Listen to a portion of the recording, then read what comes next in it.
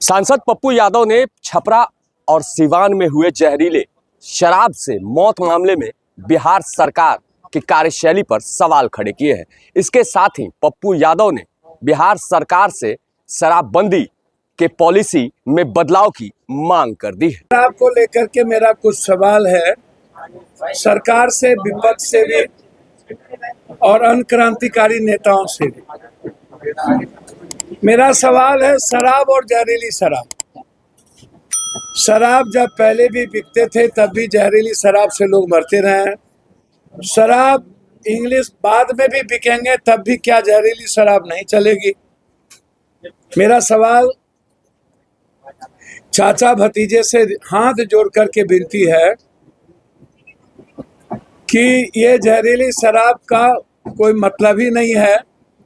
और शराब का, ये जहरीली शराब का मतलब, जब दोनों आदमी सरकार में थे तब भी गोपालगंज और छपरा में लोग मरे थे। तब कोई जहर था या नहीं था ये मुझे नहीं पता, यह महाजहर था। लेकिन जब सत्ता में लोग रहते हैं तब शराब या ना शराब या अच्छा या खराब का पहलू अलग होता है, और जब सत्ता में नहीं होते हैं तो उसकी पहलू दूसरी हो जाती है। मेरा इसमें तमिलनाडु, तेलंगाना और केरल के कानून के बारे में मुझे जिक्र करना। मैं बार बार कहता हूं कि नीतीश कुमार जी या कोई भी हिंदुस्तान का वैचारिक लीडर नहीं चाहेगा कि शराब चले, शराब पिए, शराब से गलत चीज। लेकिन सवाल उठता है कि पूरे देश में महात्मा गांधी की आइडियोलॉजी मानने वाले लोग, फैक्ट्री भी चल रहा है, शराब भी चल रहा है और लोग शराब पी भी रहे हैं। जिसको प्रतिज्ञा दिलाए हमारे मुख्यमंत्री जी, विपक्ष के नेता, 99% लोग, जो लोग यह कहते हैं कि 15% गांव में और 14% मर्द शराब पीते हैं, हम उनसे यह जानना चाहेंगे, यह जो आपके पास डाटा है ये शराब, जहरीली शराब का डाटा नहीं है।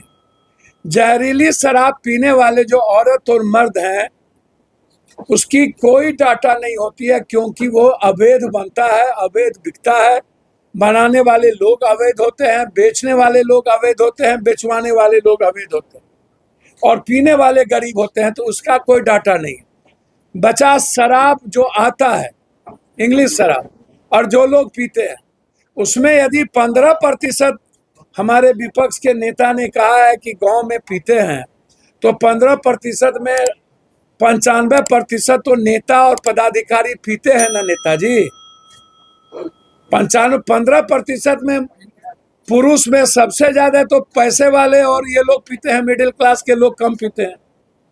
और जिसको जेल की बात आप कर रहे हैं वो तो देसी शराब पी करके जेल में बंद हुए हैं, जहरीली शराब पी के बंद हुए हैं। वो शराब पी करके तो बंद हुए नहीं, वो शराब पीने वाले और खरीदने वाले बिल्कुल लोग अलग हैं।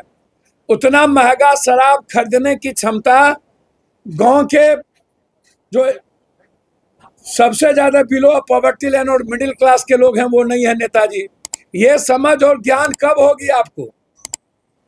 जो प्रतिज्ञा लिए देश विदेश में जाके सब हम जानना चाहेंगे, जो लोग बोलते हैं शराब के बारे में उनसे,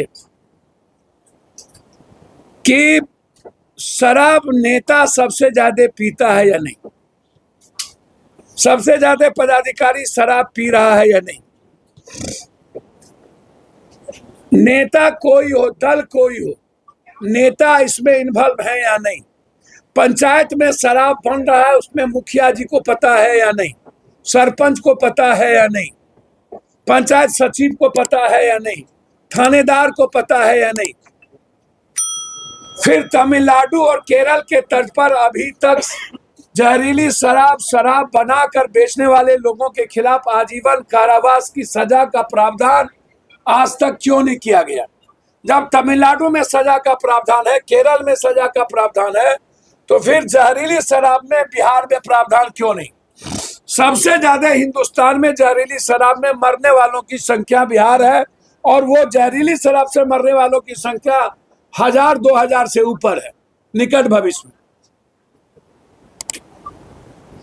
तो ये कानून आप दोनों आदमी सत्ता में थे तब भी ला सकते थे। आज दोनों आदमी के पास बहुमत है सदन में, पक्ष और विपक्ष, तो आप ये कानून ले आइए और उस कानून में यह भी दीजिए कि पंचायत, जिस पंचायत में जहरीली शराब बिकेगा वहां के मुखिया जी और सरपंच साहब, वार्ड सदस्य और पंचायत समिति को पद से मुक्त कर दिया जाएगा, वहां के थानेदार को डिस्चार्ज कर दिया जाएगा और डीएसपी और एसपी पर इंक्वायरी बैठा करके उसको प्रमोशन रोक दिया जाएगा। आप एक कानून बनाइए कि आजीवन वहां के थानेदार, फिर उसको नौकरी बर्खास्त कर दी जाएगी। आप प्रावधान लाइए। आप 20 सालों में 2-2 बार सबकी सरकार बनी, आपने कोई प्रावधान नहीं लाया। आप केरल और तमिलनाडु से नहीं सीखे, अन्य स्टेट से आपने नहीं सीखा।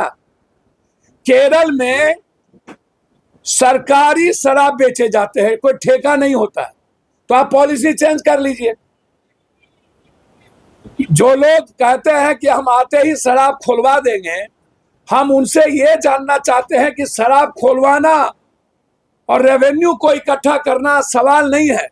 सवाल है जहरीली शराब बंद कब होगी। जहरीली शराब बंद करने की औकात किसी को हिम्मत और कुव्वत है या नहीं। जहरीली शराब पर मरे हुए लोगों की मदद करने की औकात और हैसियत किसी को है या नहीं। जहरीली शराब जो लोग बनाते हैं, बेचते हैं, उसको फांसी की सजा मिलनी चाहिए और उसके खिलाफ बोलने की हिम्मत इस हिंदुस्तान में या बिहार में है या नहीं। सबसे बड़ी बात, आदरणीय नेता गिरिराज जी 3 मिनिस्ट्री रहे, वो तीनों मिनिस्ट्री में वो लड्डू टाटा फिश, एक भी काम बिहार में नहीं आज तक। एक काम कोई उसका दिखा दे हमको। मैं गिरिराज बाबू पर इसलिए नहीं बोलना पसंद करता हूं कि वो भूमिहार समाज से है, पेट में दर्द हो जाएगा एक बार को, इसीलिए मैं नहीं बोलता हूं।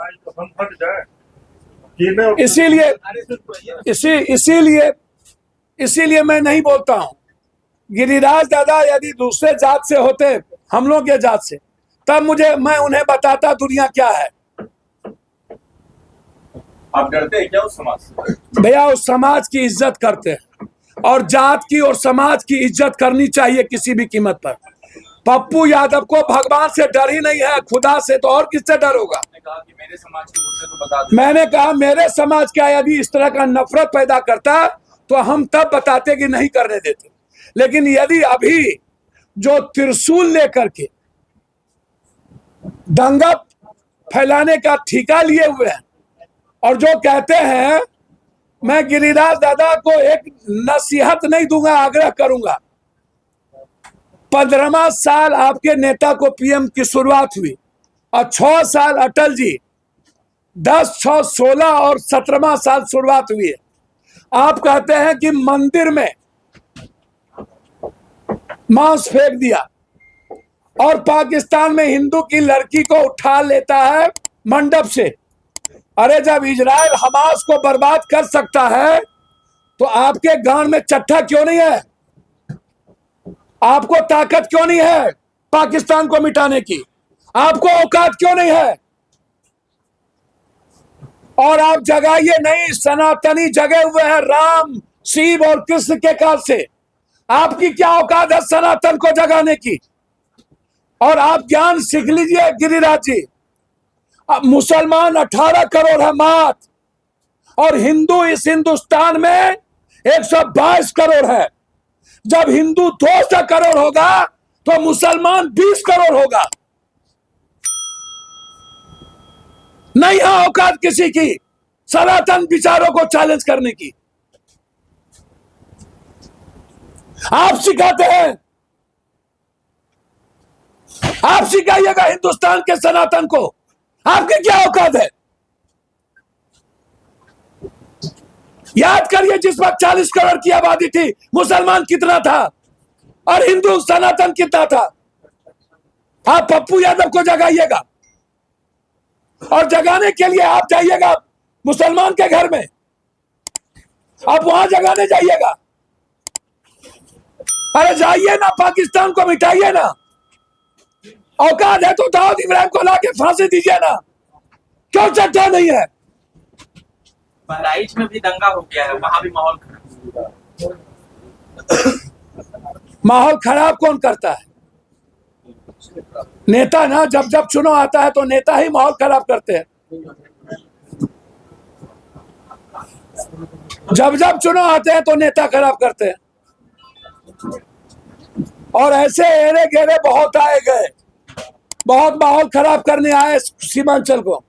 गिरिराज दा, आप अपने विभाग का फैक्ट्री लगाने आइए, स्वागत करेंगे। बाढ़ से मुक्ति दिलाने आइए, स्वागत करेंगे। मक्का मखान पर आप काम करने आइए, स्वागत करेंगे। यदि नफरत पैदा करिएगा ना तो सीमांचल और कोसी है। और मैं पप्पू हूं, मैं दुनिया की ताकत से मैं मरना जानता हूं।